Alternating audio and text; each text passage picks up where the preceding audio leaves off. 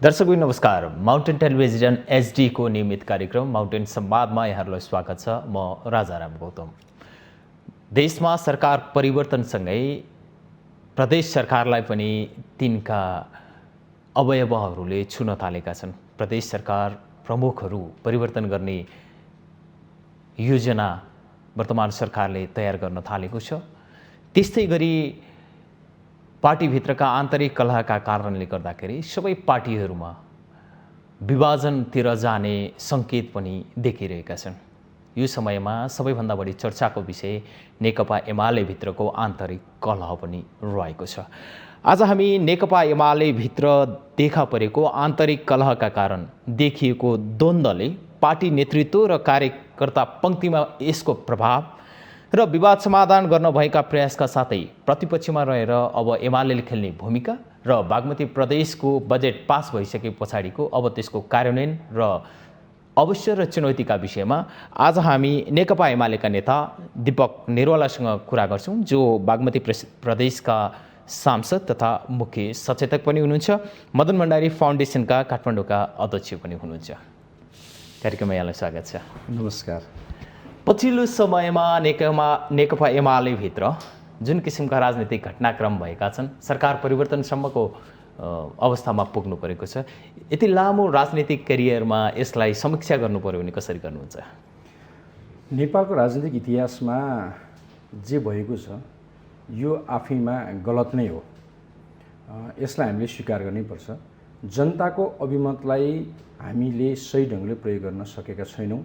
यो एउटा दल विशेषको मात्र कुराकानी होइन, यो सबै दलसँग सम्बन्ध रहेको छ।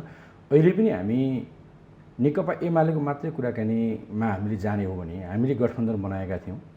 चुनावपछि एकीकरण गर्ने प्रक्रियामा गएका हौँ। गठबन्धन यसरी हाम्रो दलले बहुमत प्रतिनिधित्व प्राप्त गरेको थिएन। तर हामीले के कुरो बिर्सेका छैनौँ भनेदेखि गठबन्धनका आधारमा हामी 2/3 नजिक चाहिँ पुगेका हौँ। यो गठबन्धन टिक्न सकेन। यसका पछाडि स्वदेशभित्र रहेको राजनीतिक नेतृत्वको संसदीय अभ्यासलाई कसरी लाने भन्ने खालको कुरोमा रहेको समस्या हो भन्ने ढङ्गले मैले चाहिँ बुझेको छु।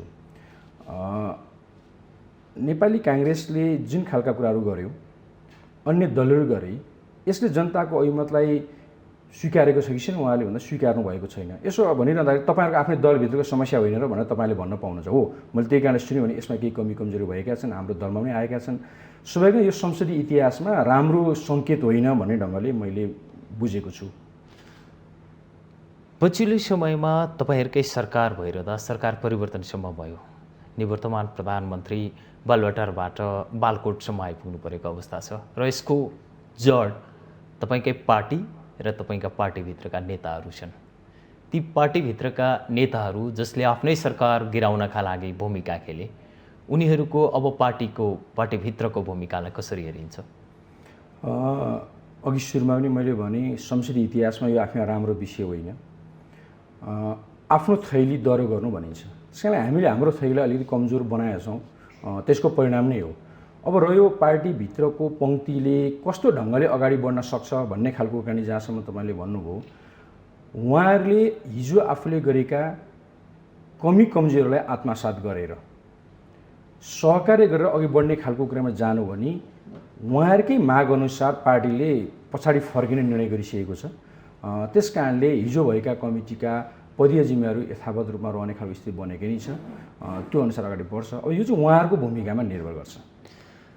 एमाले वरिष्ठ नेता माधव कुमार नेपालले आगामी महाधिवेशनसम्मका लागि 2 जना अध्यक्ष बनेर जानेसम्मको सहमतिमा हामी आउन सक्छौँ भनेर पछिल्लो राजनीतिक घटनाक्रम, यद्यपि यो हरेक हप्ता परिवर्तन भइरहेको छ, पछिल्लो राजनीतिक घटनाक्रम र उहाँका अभिव्यक्तिले यो कुरालाई स्वीकारेको छ। जबकि प्रस्ताव त पार्टी अध्यक्ष ओलीले नै उतैबाट यो किसिमको प्रस्ताव आएको थियो, बरु 2 जना अध्यक्ष भए पनि बनेर जाउँ, पार्टी नफुटाउँ भन्ने किसिमको। यसलाई लिएर यहाँ के भन्नुहुन्छ?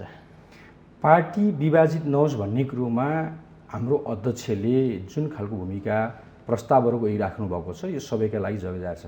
आज माधव नेपालका नामबाट यो आएको छ। हिजो बेलुकाबाट मैले पनि हेरेँ, सञ्चार माध्यमबाट सुने, थाहा पाएँ। मलाई अलिअलि हाँसो पनि उठ्छ। जतिखेर नेकपा थियो त्यतिखेरै तत्कालीन अवस्थाका प्रधानमन्त्री अहिले हाम्रो पार्टी अध्यक्षले महाधिवेशन अलिकति चाँडो गरौँ र महाधिवेशनबाटै तपाईँहरू अध्यक्ष बन्न चाहनुहुन्छ भने अध्यक्ष बन्नु, म चाहिँ नेतृत्वमा दोहोऱ्याउँदिनँ, अध्यक्ष दोहोऱ्याउँदैन भन्नुभएको थियो। भने केपीलाई यो नयाँ प्रस्ताव नै होइन, यो प्रस्ताव केपीले ल्याएको हो भनेपछि हिजो केपीले अघि सारेका प्रस्तावमा उहाँ त बल्ल आइपुग्दै हुनुहुन्छ।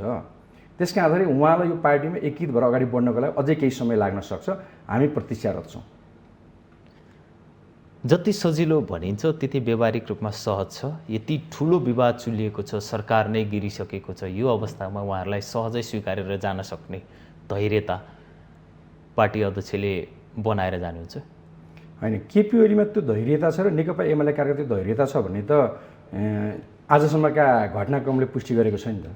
पार्टीले पार्टीको निर्णयको विरुद्ध संसदमा फोरकस गर्दाखेरि पनि कारबाही गर्ने कुरालाई सम्म संयमता अपनाएको छ भनेपछि केपी ओलीमा संयमतै छैन, एमालेका कार्यकर्ता संयमता छैन, एउटा कसरी विश्लेषण गर्न सकिन्छ होला र? पार्टी अध्यक्षले प्रस्ताव पठाउनु भएको जहाँसम्म लाग्छ वरिष्ठ नेता माधव नेपाललाई समान तहको अध्यक्षमा आउनुहोस् भनेर हो। तर माधव नेपाल पक्षले त आफू नगएर दोस्रो पुस्ताको नेताहरूलाई चाहिँ अध्यक्ष बनाउनका लागि प्रस्ताव अगाडि बढाउने कुरा आइरहेको छ। अब उहाँको उद्देश्य के हो मैले भन्न त सक्दिनँ, तर हामी घटनाक्रमलाई विश्लेषण गर्ने हो भनेदेखि, उहाँका बिचका अभिव्यक्तिलाई हेर्ने हो भनेदेखि उहाँ पार्टीलाई एकीकृत गरेर लाने खालको ठाउँमा उहाँको सोच देखिँदैन। पछिल्लो संसदीय संविधानमा घटेका घटनाबाट पनि हामीले त्यो देख्न सकिन्छ होइन।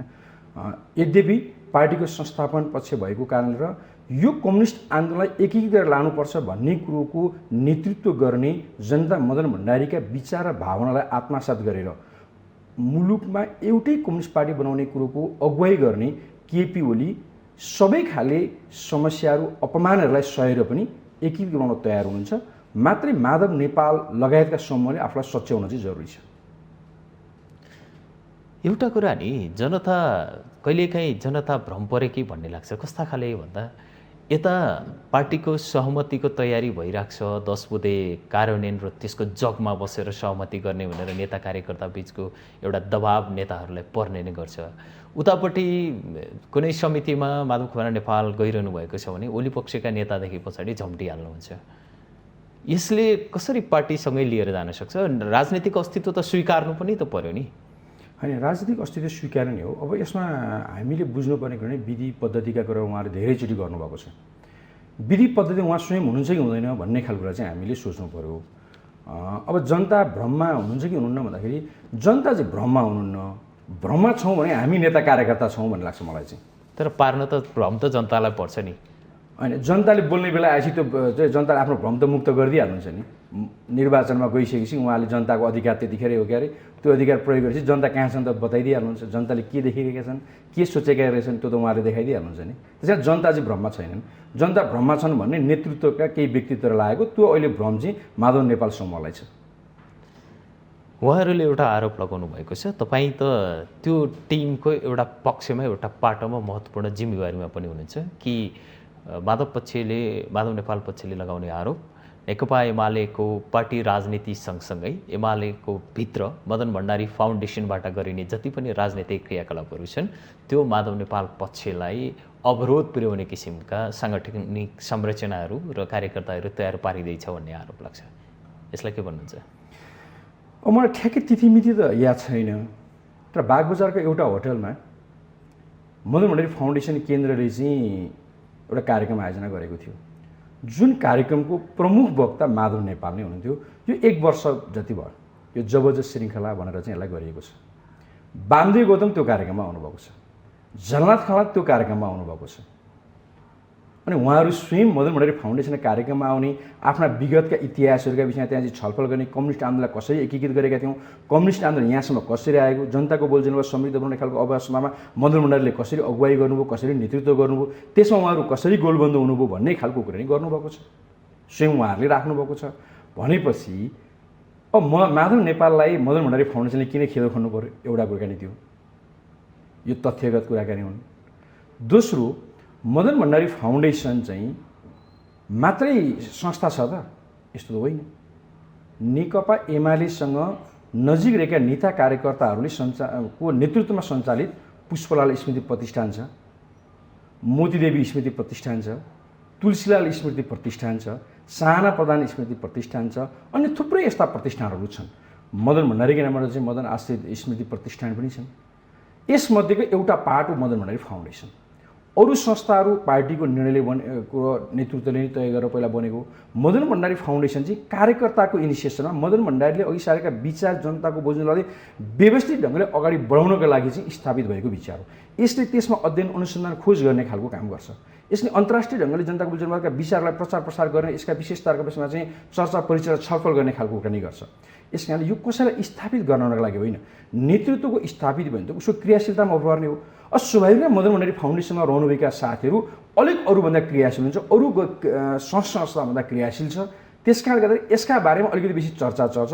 हिँड्ने गोरुको पुच्छर निभेटिन्छ भने जस्तै आफू नजान्ने, आफू नगर्ने, नाच्न आफूलाई आउँदैन, नाच्न जान्दैन, आँगन टेढो भने जस्तो आफू गतिविधि गर्न नसक्ने, आफू रहेका संस्थालाई क्रियाशील गर्न नसक्ने अनि अरूमाथि आक्षेप लगाउने खालका प्रयत्न हुन्। अब यसलाई योभन्दा बेसी भनिराख्नुपर्छ भन्ने मलाई लाग्दैन।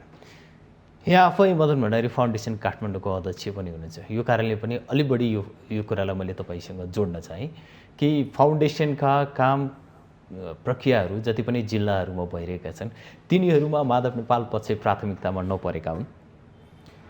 मदन भण्डारी फाउन्डेसन कुनै व्यक्तिसँग सम्बन्धी भएर भएको होइन।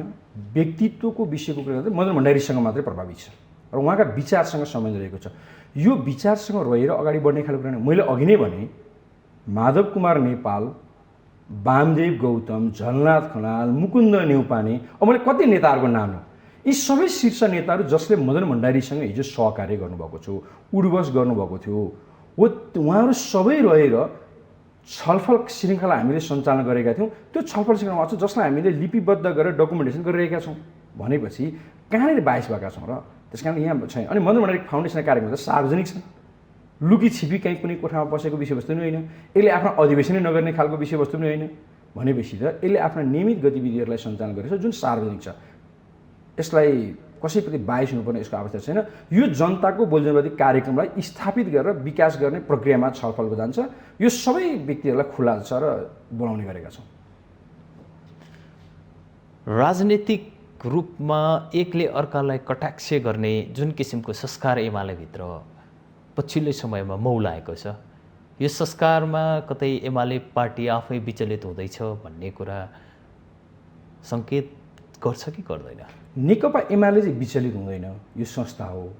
कसैले चाहेर पनि नेकपा एमाले समाप्त हुनेवाला पनि छैन।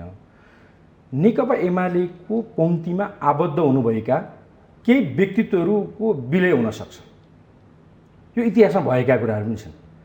खुला भइसकेपछि नेकपा एमालेको 5औं महाधिवेशनदेखि यताका श्रृङ्खला हामीले हेऱ्यौँ भनेदेखि नेकपा एमालेबाट बाहिरको एउटा पङ्क्ति आज टर्चलाइटबाट खोज्दा पनि नभेट्ने ठाउँमा हुन्छ जो जीवितै हुनुहुन्छ।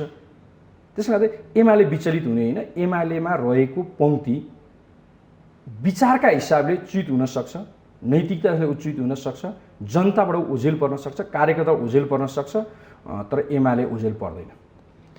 पार्टीभित्र निवर्तमान प्रधानमन्त्री केपी शर्मा ओली प्रधानमन्त्रीबाट च्युत भइसके पछाडि र नयाँ सरकार गठन गर्नका लागि र शेरबहादुर देउवा नेपाली काङ्ग्रेसका पार्टी सभापति शेरबहादुर देउवा प्रधानमन्त्री भइसकेको अवस्थामा अहिले एमाले पक्षधरका नेपाल पक्षका 22 सांसदहरूले माधव कुमार नेपाललाई पार्टी अब मिलाउने भन्दा पनि गठबन्धन सरकारमा सहभागी हुनको लागि चाहिँ दबाब दिइरहेका छन्। यो समयमा पार्टी मिलन बिन्दुतिर जान्छ कि पार्टी गठबन्धनको सरकारतिर जान्छ भनेर बाहिरबाट हेर्दा कस्तो लाग्छ? मैले अघि नै भने संसदीय इतिहासमा संसदमा पार्टीको प्रतिनिधित्व गरेका माननीयहरूले, सदस्यहरूले पार्टीको संस्थागत निर्णयलाई मान्ने हो।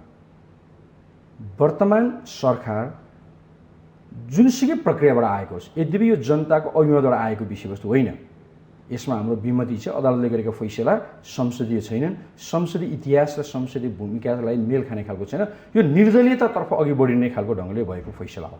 त्यस कारणले हामी अदालतको फैसलालाई सम्मान गरेर कानुनको कुरामा चाहिँ सहयोगी भूमिका निभाएका छौँ। तर इतिहासले निर्मलतापूर्वक भोलि यसको समीक्षा गर्छ, नेकपा एमाले यसको विपक्षमै छ। संसदीय कुरालाई मानेर मात्र हामी त्यहाँ गएका छौँ। भनेपछि संसदलाई मान्ने हो, संसदीय अभ्यासलाई मान्ने हो भनेदेखि त आफ्नो सरकारको प्रधानमन्त्रीले विश्वासको मत लिने बेलामा घरमा बसेर सुतेर बस्ने, अनि जबकि दलको बैठकमा संसदमा स्वयं प्रधानमन्त्रीले भन्नुभएको छ तपाईहरू संसद चाहनुहुन्छ र संसदलाई दोहोरो बनाउन चाहनुहुन्छ भने विश्वासको मतको पक्षमा उभिनुपर्छ, यो संसद टिकाउनुपर्छ भनेर भन्नुभएको छ।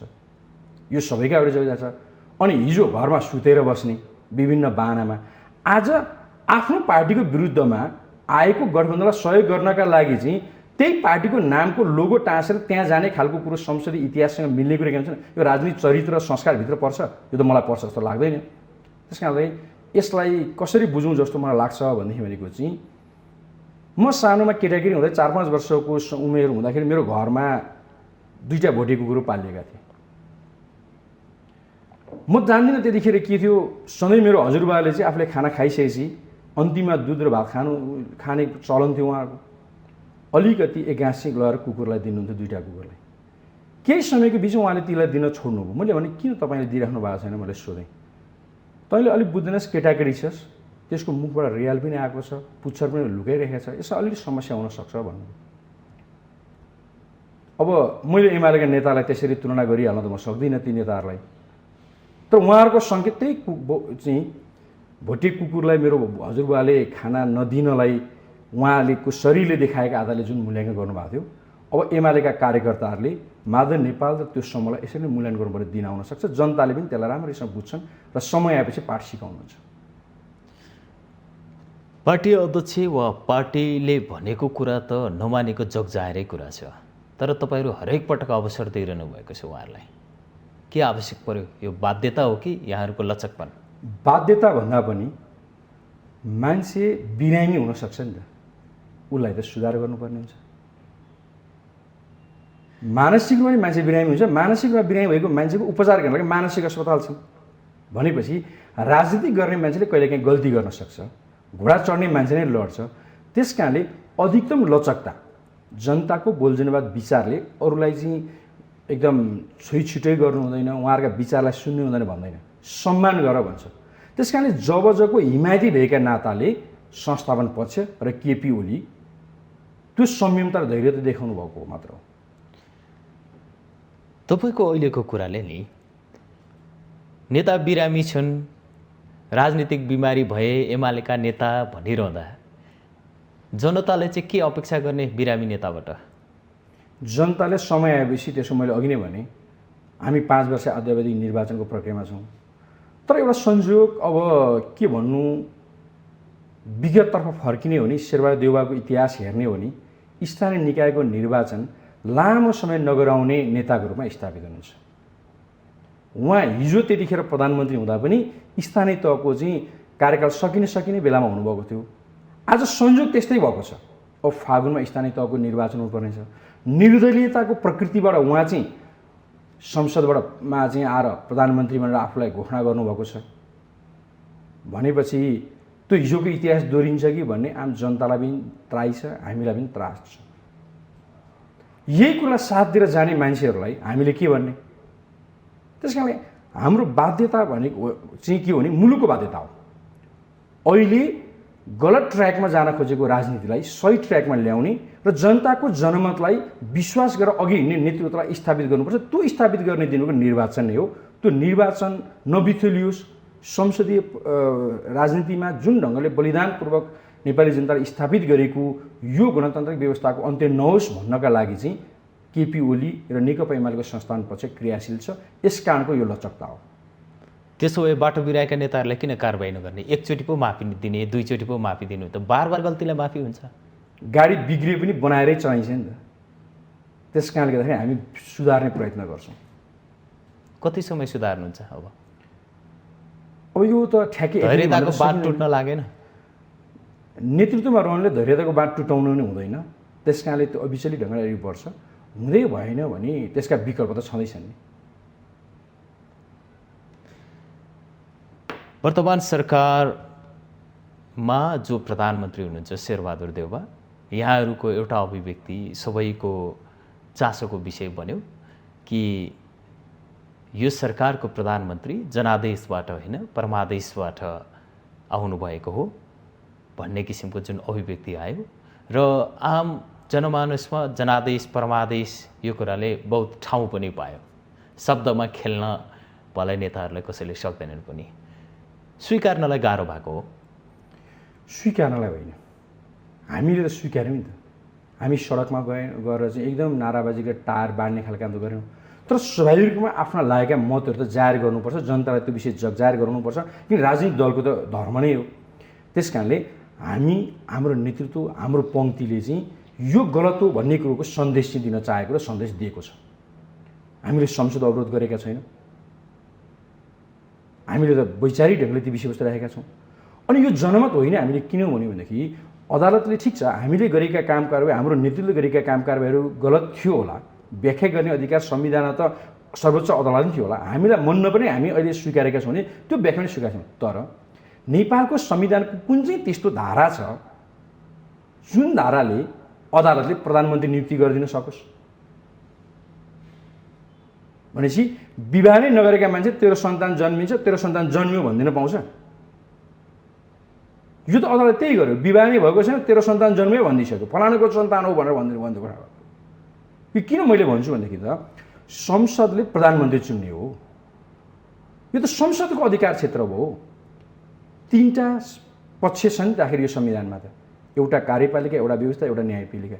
यसले एक अर्का कामको चाहिँ विषयमा चाहिँ जजमेन्ट गर्ने भनिन्छ भनेपछि सरकारले गरेको निर्णय चाहिँ गलत थियो भन्ने अधिकार सर्वोच्च अदालत थियो, हामी त्यसलाई स्वीकार्यौँ। तर सर्वोच्च अदालतले संसदको अधिकार खोज्न मिल्छ? त्यो त खोज्न मिल्दैन।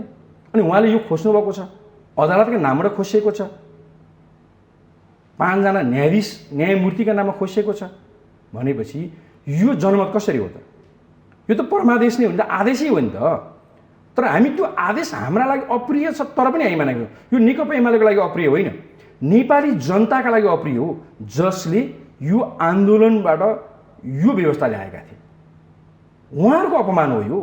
त्यसकारणले यही अपमान, जनताको अपमान चाहिँ सर्वोच्च अदालतलाई गर्ने अधिकार छैन, न्यायमूर्तिका नाममा कसैलाई गर्ने अधिकार छैन भन्ने कुरो मात्रै हामीले चाहिँ जनताका बीचमा लान चाहेका हौँ, जनताका बीचमा ल्याएका हौँ। नेपाल पक्ष 22 सांसद सरकारमा जाने अवस्था आयो। यदि सरकारमा गयो भने भलै कुनै दिन सरकारमा नजाने प्रतिक्रिया आउँछ, कुनै दिन सरकारमा जाने सङ्केत आउँछ। माधव नेपाल, वरिष्ठ नेता माधव नेपाल आफू सरकारमा नजाने भनेर त बाँकी सांसदले जानुपर्छ भनेर दबाब दिएछ भनेर आउँछ। यो अवस्थामा यदि सरकारमा गयो भने माधव नेपाल पक्षको हालत के हुन्छ पार्टीभित्र? अब तपाईँले भन्नु छिनछिनमा निर्णय परिवर्तन गरिरहेको छ भनेर तपाईँले भन्नुहुन्छ, यसले के देखाउँछ भनेदेखि उहाँहरूमा वैचारिक विचलनता छ, अर्थात् वैचारिक उहाँहरू बिरामी हुनुहुन्छ। जब मानिस बिरामी हुन्छ उसका शरीरका अवयवहरू चाहिँ आशया बसी नभने हल्लिरहेका हुन्छन्, चलिरहेका हुन्छन्। त्यो व्यक्तिबाट अनुमान गर्नुपर्छ ऊभित्र केही समस्या छ भनेर हामीले अनुमान गर्नुपर्छ। मनोविमर्शकर्ताहरूले अर्थात् चाहिँ यो मानसिक उपचार गर्ने डाक्टरहरूले उसको शारीरिक हावभावको आधारमा चाहिँ के समस्या छ कि छैन भन्ने कुरो पत्ता लगाउँछ। यो चाहिँ त्यो न्यायाधीश अथवा त्यो डाक्टर चाहिँ जनता हुन्। त्यस कारण जनताले यो विषयवस्तुको मूल्याङ्कन गरेका छन्, बुझेका छन्। त्यहाँले उहाँहरूको त्यो निर्णय चाहिँ लाई यसरी नै बुझ्नुपर्छ भन्ने मलाई लाग्छ। अब उहाँहरू जानु भने के हुन्छ?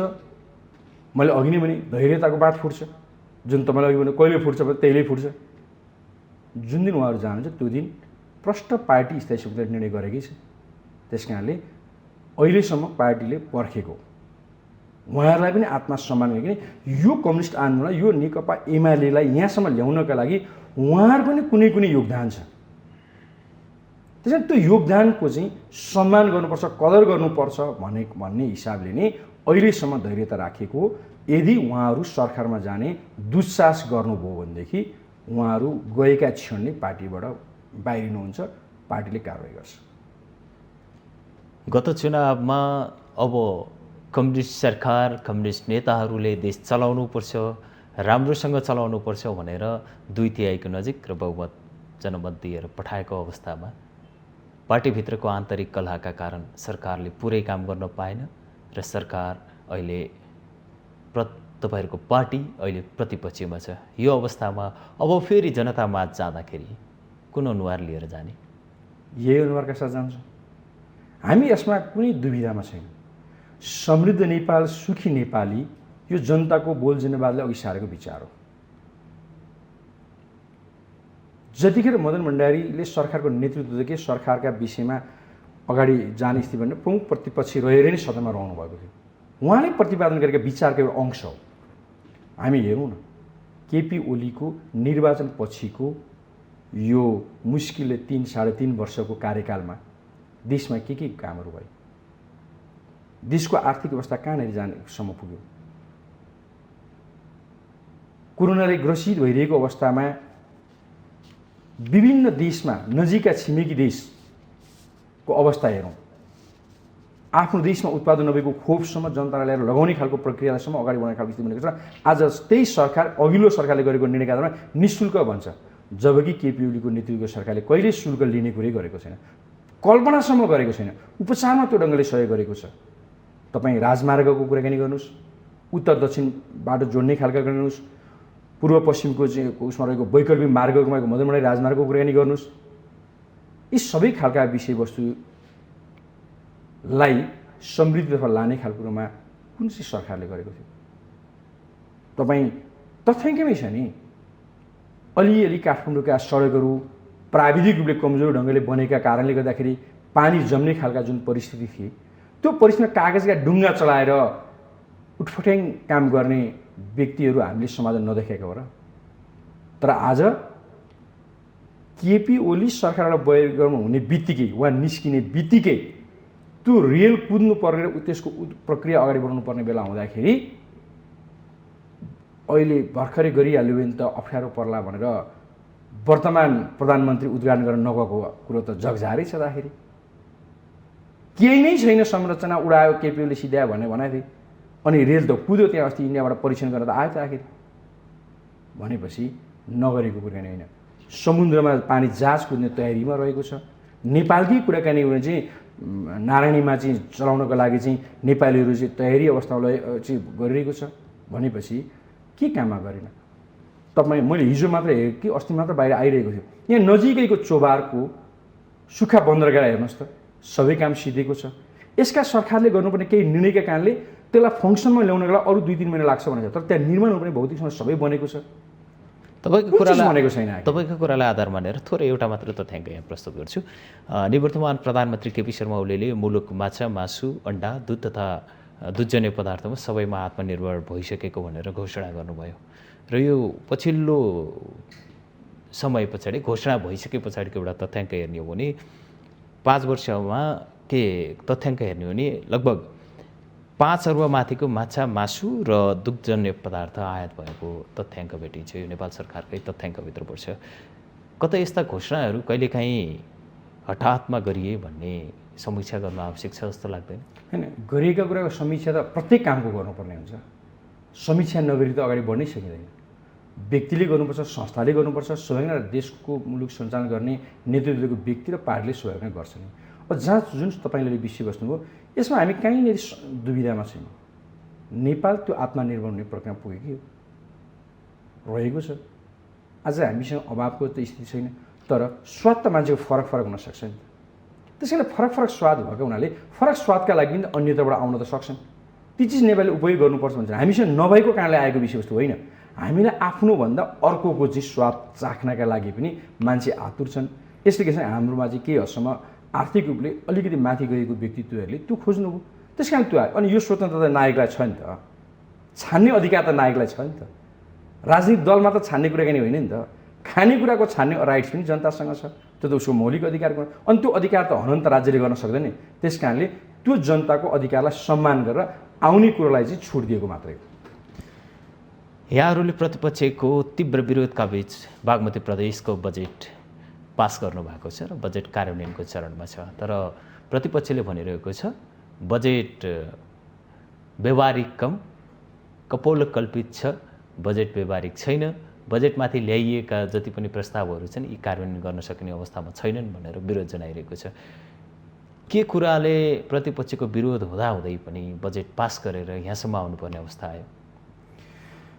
अब मैले धेरैले यसको व्याख्या गर्न चाहिनँ।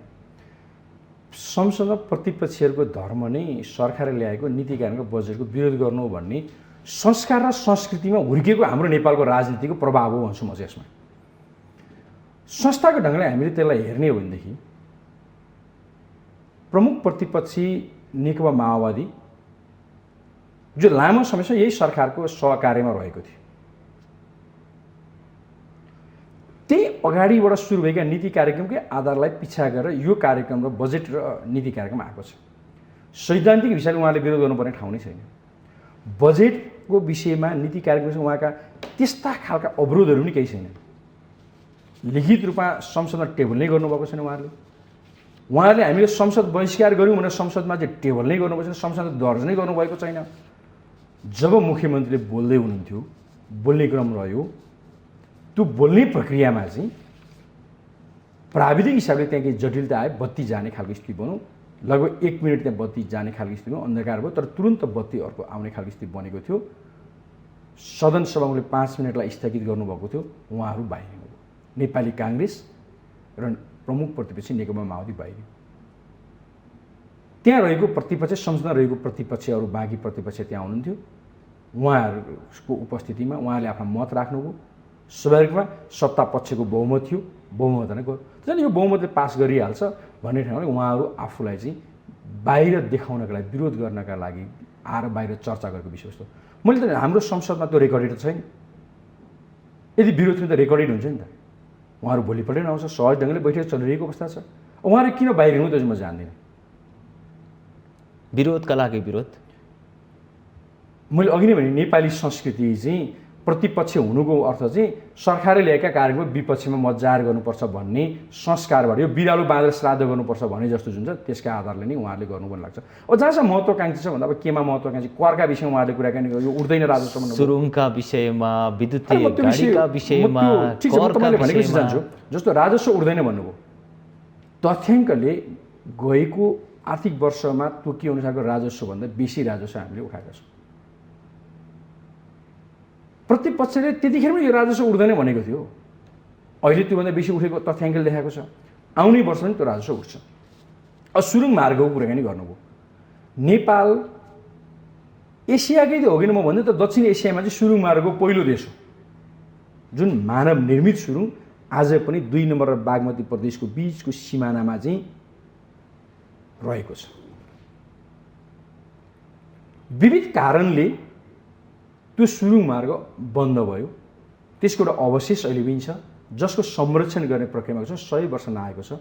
बागमती सरकार त्यसलाई चाहिँ सङ्ग्रह गरेर इतिहास मान्छेले बुझुन्, अध्ययन गर्ने ठाउँमा पुगोस् भन्नका लागि त्यसलाई संरक्षण गर्ने अभियान लागेको छ।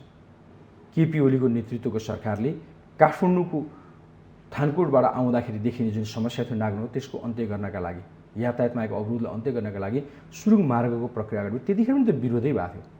युद्धस्तरमा काम भइरहेको छ। धेरै पटक उद्घाटन भयो, त्यसको त उद्घाटन धेरैचोटि भएको छैन। शिलान्यास प्रधानमन्त्री एकचोटि गर्नुभयो, त्यसै कामलाई अगाडि बढेको। अहिले काम त भइरहेको छ, द्रुत गतिमा काम भइरहेको छ। अब प्रदेश सरकारले पनि हेटौडामा एउटा चाहिँ सुरुङ काठमाडौँको ट्राफिकलाई सहज बनाउनको लागि भनेको छ। म अरू धेरै कुराकानी भन्दिनँ, तपाईँले एउटै तथ्याङ्क हेरौँ न। पाइपलाइनबाट डिजेल, पेट्रोलियम पदार्थ अम्लेखगञ्जसम्म आउँदाखेरि राज्यको कति अर्ब रुपियाँ बचत भएको छ। त्यो सुरुङले त्यही काम गराउँछ। त्यो सुरुङ भन्ने खालको कुरोले अहिले हाम्रो यातायातमा छिमेकी मित्र राष्ट्र भारतको चाहिँ एउटा चाहिँ साम्राज्य नै छ। त्यहाँ उसको ठुलो रूपमा नेपाल चाहिँ उसको चाहिँ ग्राहक हो। उसले आफ्नो राष्ट्रको ठुलो आम्दानीको हिस्सा नेपालबाट लाने गरेको छ। त्यो बन्ने हो भनेदेखि गाडीका टायर कम खिने भए, पेट्रोलको आपूर्ति चाहिँ कम हुने भयो नेपालमा। अब सहज ढङ्गले चाहिँ काठमाडौँ आउने खालको स्थिति चाहिँ आइसकेपछि यसका उपभोक्ताहरूले चाहिँ यहाँ उपयोग गर्नुपर्ने मूल्य घट्ने खालको स्थिति बन्ने भयो। किनभने 225 जस्तो लाग्छ मलाई किलोमिटर अहिले घुमेर आउनुपर्छ हेटौडाबाट। त्यो दूरी घटेर चाहिँ 100 किलोमिटरभन्दा कममा चाहिँ आइपुग्छ। कति बचत हुन्छ होला हामी सामान्य हिसाब गर्नु त? अरबौँ रुपियाँ राज्यको बच्दैछ त्यसबाट। त्यस कारणले गर्दाखेरि चाहेर या नचाहेर राष्ट्रवादी हौँ भन्ने नाममा या सरकारले गरेका राम्रा कामको समर्थन गर्न नसकेर प्रतिपक्षीहरू यसको विरोधमा उत्रेका हुन्। केन्द्र सरकारले बस भन्नुभयो तपाईँले, म विद्युतीय बस भन्छौँ। नेपाल चाहिँ जलविद्युतको भण्डार अनि आफ्नो देशको स्वदेशी उत्पादनमा प्राथमिकता दिनुपर्छ भन्ने कुरोलाई राज्यले प्राथमिकता राखेको छ। अनि फेरि यो विद्युतीय बसको कुरा गर्दाखेरि चाहिँ पहिलो प्रदेश सभामा तत्कालीन प्रमुख प्रतिपक्ष नेपाली काङ्ग्रेस, अहिलेको प्रमुख प्रतिपक्ष माओवादी केन्द्र सबैको सहमति, ऊ त सरकारमै थियो। विक्रम सम्वत 2085 वैशाख 1 गतेबाट प्रमुख सहरहरू काठमाडौँ उपत्यका, चितवन, हेटौडा, काभ्रेको धुरीफिल, बनेपामा चाहिँ यो वातावरण प्रदूषित गर्ने खालका सार्वजनिक यात्रालाई बन्द गर्नुपर्छ, विद्युतीयमा जानुपर्छ भनेर त निर्णय गरेको छ, सर्वसम्मत निर्णय छ। त्यो निर्णयको कार्यान्वयनको लागि चाहिँ सरकार अगाडि बढेको हो। हिजो सहमति दिने, सरकारमा बस्दा त्यही कुरो लिएर आउने, अनि प्रतिपक्षमा प्रमुख प्रतिपक्ष भएको दलले पनि यो चाहिँ राम्रो काम गर्यो भने त्यतिखेर प्रशंसा गर्ने, अनि आज त्यसको परिणाम दिन लाग्यो भन्दाखेरि चाहिँ चिच्याउनु पर्ने भनेको के हो भन्दाखेरि त विरोधका लागि विरोध नभएर के हुन सक्छ भने सरकार महत्त्वाकांक्षी छैन र बागमती प्रदेश सरकार महत्त्वाकांक्षी छँदै छैन। सरकार महत्त्वाकांक्षी त हुनु आवश्यक छ, तर कार्यान्वयनको पाटो कति बलियो छ भन्ने जनताको, आम जनताको चासो र जिज्ञासाको विषय पनि हो। मैले यहाँलाई जोड्न खोजेको कुरा, हामीले विगतमा के देखिरहेका छौँ भने केन्द्र सरकारले तयार गरेका ठुला योजनाहरू हामी त्यसको प्रत्यक्ष भोगी पनि हौँ। मेलम्ची खानेपानी आयोजना, हाइड्रो र तराईमा फाँटहरूमा गरेका ठुला ठुला सिँचाइहरू कार्यान्वयनको पाटोमा धेरै वर्ष कुर्नु परेको तितो यथार्थ हामीसँग छ। त्यस कारणले गर्दाखेरि पनि प्रदेश सरकारसँग कति अधिकार छ, उसँग स्रोत र साधन कति छ, जसले उसले आफूले ल्याएका नीति तथा कार्यक्रमहरू मार्फत योजनाहरू पुरा गर्ने सम्भावना देख्नुहुन्छ? अब तपाईँले भनेपछि विगतमा हाम्रो देशमा त्यस्ता घटना थिए, तर तपाईँहरूलाई पनि थाहा छ, नेपाली जनताले पनि बुझेका छन्, सञ्चार माध्यम त्यसलाई चाहिँ बेला बखत चाहेर नचाहेर पनि चर्चा परिचय गर्नु परेकै छ। मैले अघि पनि भने केपी ओलीको नेतृत्वको पालामा अगाडि बढेको भनेर सुक्खा बन्दरगाह बनाउने प्रक्रिया सम्पन्न भयो। त ठुलै योजना हो नि त्यो। हुलाकी राजमार्ग लामो समयदेखि भन्यो, सबैले गीत गाउने गेडी बन्यो, कारण केपी ओलीकै सरकारले चाहिँ त्यसलाई चाहिँ पूर्णता दिने खालको प्रक्रियामा टुङ्ग्यायो। पोखरा विमानस्थलको कुरा गर्नुहोस्, चाहे लुम्बिनी विमानस्थलका कुराकानी गर्नुहोस्, अन्तिम ठाउँमा पुगेको छ। हल्लै नगरिकन राजधानीमा रहेको त्रिभुवन अन्तर्राष्ट्रिय विमानस्थलको चाहिँ स्तर उन्नति गर्ने काम भएको छ। यी सबै काम यही केपी ओलीको सरकारको पालामा भएको होइन। नेतृत्वमा इच्छा शक्ति र इमान्दारिता भयो भने हुन्छ भन्नेको प्रमाण हुने इच्छा। चाहे रेलको व्यवस्थापनको कुरा गर्नुहोस्, यो सरकारमा रहेकाको नेतृत्व गर्नेहरूको चाहिँ इमान्दारितामा भर पर्ने कुराकानी हो। जनशक्ति यही नै हो नि त, मेन पावर यही नै हो नि त। मेलम्चीकै तपाईँले कुराकानी गर्नुभयो, जब यसको पानी काठमाडौँमा झर्ने स्थिति बनेपछि यो त कृष्णप्रसाद भट्टराईले नेपाली काङ्ग्रेसले भनेर साथीहरू उफ्रिनु। हामीले कहिले भनेका छैनौँ कि कृष्णप्रसाद भट्टराईले ल्याएको होइन, परिक्रमा गरेको होइन त भनेकै छैनौँ। गरेको हो, उहाँले नै परिक्रमा गर्नु, तर उहाँले गरेको परिक्रमा साकार पार्नका लागि स्वयं उहाँ प्रधानमन्त्री हुँदा कति मेहनत गर्नुभयो, उहाँको विचारलाई आधार मानेर राजनीति गर्ने दलका नेताहरू सरकारमा हुँदा उहाँले कति त्यसलाई कार्यान्वयन गर्न सक्नुहुन्छ? सक्नु भएन। इच्छा शक्तिको अभाव हो नि त। हामीले सार्वजनिक रूपमा चर्चा परिचय गरेका छौँ नि त। बुहारी मन्त्री भएको कारणले गर्दा अवरोध गरिरहेको चर्चा त हामीले सुनेका थियौँ नि त। आखिर बुहारी हट्ने बित्तिकै त्यो ठाउँमा पुग्नु पऱ्यो भनेपछि इच्छा शक्ति होइन र? त्यस कारणखेरि यो इच्छा शक्ति भएको सरकार भइसकेपछि, नेतृत्व भएपछि काम अगाडि बढ्छ, हुन्छ। यसका धेरै उदाहरणहरू हामी दिन सक्छौँ। मैले यहाँले चर्चा धेरैतर्फ गइनँ, मैले एकाध केही कुराहरूको विषयवस्तुमा राखेँ। अब बागमती सरकारको कुराकानी गर्दाखेरि चाहिँ म विद्युतीय बसमै जान्छु। स्थानीय पालिकाहरूको सहकार्यमा यो काम गर्ने भनेको छ। सत्तारूढ दलसँग नजिक भएको त्यही आस्थामा रहेको विद्यासुन्दर साकेको कुराकानी मात्र होइन, चिरीबाबु मर्जनेसम्म प्रदेश सरकारको त्यो काममा साथ दिन्छु त कमिटमेन्ट गर्नुभएको छ। म स्वयंले त्यसको पलमा चाहिँ मुख्यमन्त्रीसहित हामी बैठक बसेर निर्णय गरेका छौँ, छलफल गरेका छौँ। उहाँहरू लगानी गर्न तयार हुनुहुन्छ प्रदेश सरकारसँग मिलेर। अहिले पनि काठमाडौँ महानगरपालिकाले 10 देखि 15 करोड रुपियाँ विद्युतीय बसमा चाहिँ सहकार्य गर्न बजेट छुट्याएको छ। हेटौडाको त्यो सुरुङ मार्गको कुराकानी गर्नु छ नि, अहिले आवश्यकता पर्दा अरू थप रकम लगानी गर्ने गरिकन अहिले हाम्रो पनि क्षमता छ, यो काठमाडौँका जनताको नै आवश्यकता हो भन्ने ढङ्गले काठमाडौँ महानगरपालिकाले 5 करोड रुपियाँ लगानीको निर्णय औपचारिक नगर सभाले पास गरेको छ। त्यो सर्वसम्मत पास हो, जहाँ नेपाली काङ्ग्रेसका साथीहरू पनि निर्वाचित हुनुहुन्छ। कुनै विरोध तपाईँले सुन्नुभएको छ? छैन नि। तपाईँले काठमाडौँ महानगरपालिकाको बजेट हेर्नुहोस् त, त्यहाँनिर छ। अनि यो सङ्घ सरकार र प्रदेश सरकारको सहकार्यमा गर्ने भनेको छ, हामीले स्थानलाई पनि जोडेका छौँ। तिनै तहको सहलगानी यो काम अगाडि बढाउने भनेको छ। कहाँनिर महत्त्व छ? त्यसैले यसको प्रक्रियागत रूपले अध्ययन गर्ने खालका कुराहरूलाई अहिले प्रदेश सरकार टुङ्गाएको छ। अब टेन्डरको प्रक्रियामा अगाडि जानुपर्ने हुन्छ। अब वर्तमान सरकारको धारणा के हो हामीले बुझ्न बाँकी छ। प्रगतिको पक्षमा, अग्रगमनको पक्षमा यो सरकार छ। त्यो हिजो अघिल्लो सरकारले गरेका निर्णयहरू कार्यान्वयन गरेर जाने कुरो गर्छ। यो सरकार इमान्दार छ जनताप्रति भनेदेखि। हामी त इमान्दार थियौँ, त्यसैले कृष्णप्रसाद भट्टराईले ल्याए परिकल्पना गरेको भनेर मेलम्ची रोकेनौँ नि, मेलम्ची ल्याउनका लागि लाग्यो नि त।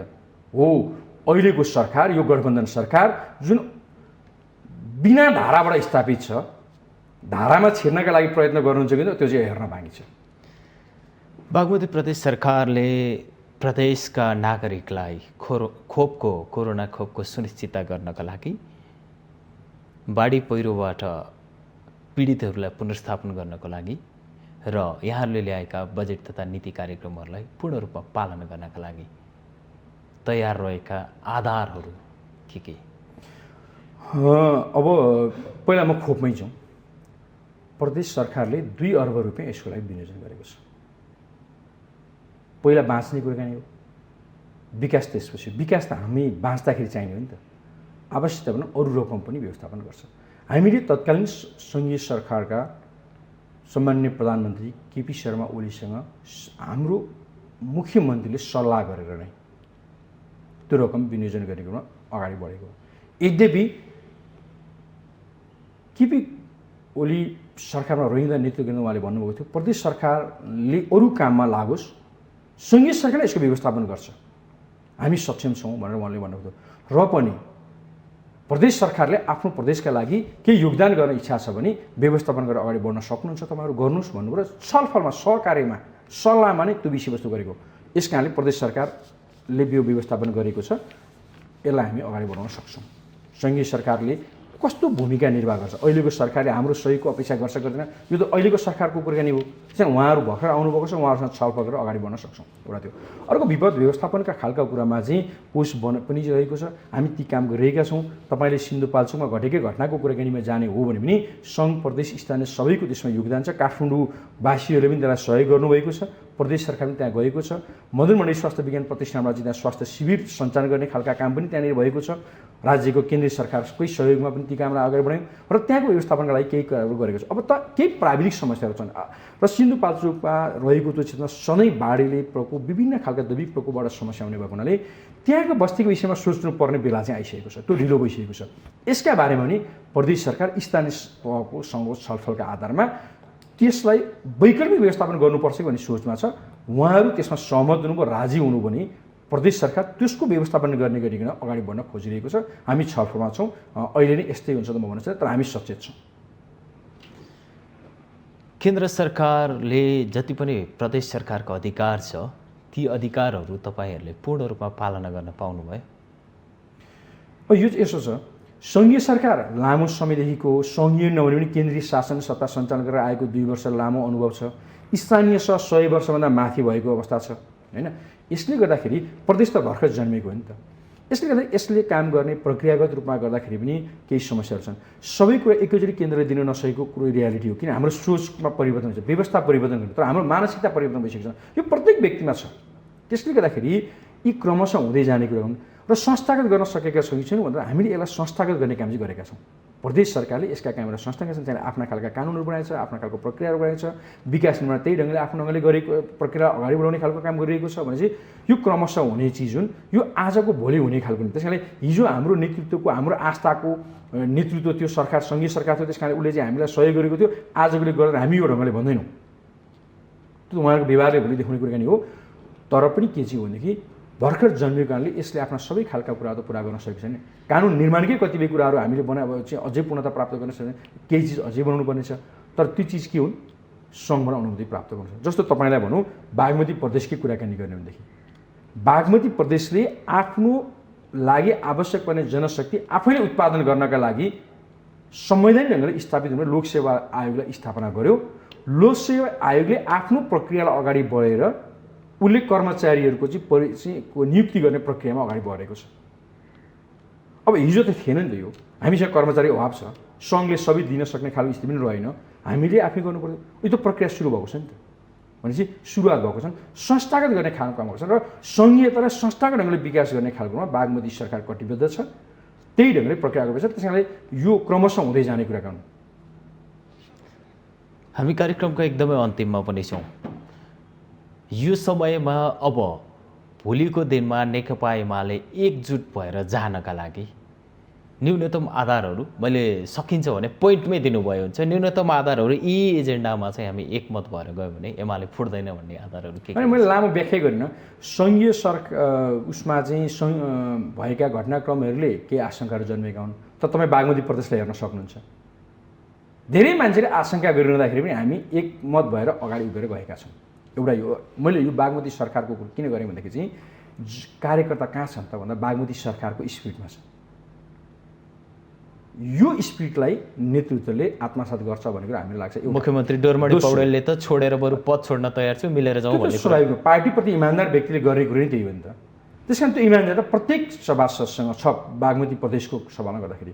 अब केन्द्रको क्रममा चाहिँ आधार बुदाको त 1 2 3 भनौँ, 1 2 3 भन्नै परेन नि, एकीकृत रूपमा 10 बुधे त अनि पालना गर्ने भनेर त केपीले त निर्णय गरिसक्नुभयो, पार्टीमा राखिसक्नुभयो, कार्यान्वयनमा जाउँ भनेर भनिसक्नुभयो। यही कारणले गर्दा भीमराव सहितका चाहिँ नेतृत्वहरूले चाहिँ अब हामी अगाडि बढौँ भनेर भनिसक्नु भएको छ भनेपछि अब यहाँभन्दा बेसी के बुदा ल्याउनु पर्ने छ? यो बुदालाई आत्मसात गरेर जो आउनुहुन्छ उहाँहरू एकाकार भएर एमाले भएर अगाडि बढ्नुहुन्छ। जो त्यसमा आउन चाहनुहुन्न, बहुदलीय व्यवस्था हो, आफ्ना फरक विचार राख्न पाउने अधिकार पार्टीभित्र पनि छन्। त्यो पार्टीका विचारभन्दा बाहिर गएर म छुट्टै अर्को पार्टी बनाउँछु भनेर कोही लाग्नुहुन्छ भने उहाँहरूलाई हामीले शुभकामना दिन सक्छौँ। त्योभन्दा बेसी त मैले के भनौँ? 10 बुधे पूर्णता कार्यान्वयन नगरे स्वविवेक प्रयोग गर्नुहोस्। होइन, हामीले कार्यान्वयन नगर्ने भनेका छैनौँ, हाम्रो पार्टी अध्यक्षले कार्यान्वयन नगर्ने भनिराख्नु भएको छैन। कार्यान्वयन गर्ने भने त्यही भएर त कारवाही गरिरहेका छैनौँ त। आफ्नो सरकार ढाल्नको लागि आफ्नो नेतृत्वबाट आफूलाई हटाउन लाग्दा पनि कारवाही किन गर्ने? त्यही 10 बुधेका कारणले होइन र भने। त्यस कारणले केपी ओली संस्थापन पक्ष यो कुरोमा पूर्ण इमान्दारीका साथ लागेको छ। अब बाटो बिराउनेहरूलाई त हामीले के भन्छ, डिलमा गइसकेपछि त डिल छ है, लडिन्छ है, त्यो लडिसकेपछि त खोज्नदाखेरि धेरै चिज भेटिँदैन नै। अस्ति पन्जर पनि नपाइएला, म्युजियममा राख्ने चिज पनि नपाइएला भोलि भनेर सम्झाउने नै हो हामीले त। यो सम्झाइराख्नु भएको छैन, हामी पनि सम्झाइरहेका छौँ। अब अपेक्षा गरौँ त्यो दुर्घटना नआओस्। हस्, यहाँले आफ्नो अमूल्य समय हामीलाई उपलब्ध गराइदिनु, धेरै धेरै धन्यवाद। मेरा विचारहरू राख्ने अवसर दिनुभयो, यसको लागि तपाईँ र तपाईँहरूको यो परिवारलाई हार्दिक धन्यवाद। नमस्कार। दर्शकबिन, आज हामीले नेकपा एमालेभित्र देखेको आन्तरिक कलह र द्वन्द्वका कारणले पार्टी नेतृत्व र कार्यकर्ता तहमा पुगेको परेको प्रभाव र विवाद समाधान गर्न भएका प्रयासहरू र बागमती प्रदेश सरकारले ल्याएको बजेट नीति तथा कार्यक्रमका अवसर र चुनौतीका पाटोमा नेकपा एमालेका नेता दीपक निरौला, जो बागमती प्रदेशका सांसद तथा मुख्य सचेतक पनि हुनुहुन्छ र मदन भण्डारी फाउन्डेसन काठमाडौँका अध्यक्ष पनि हुनुहुन्थ्यो। आजको माउन्टेन संवाद यति नै। सत्य, तथ्य र निष्पक्ष समाचारका लागि हेर्दै रहनुहोला माउन्टेन टेलिभिजन HD। नमस्कार।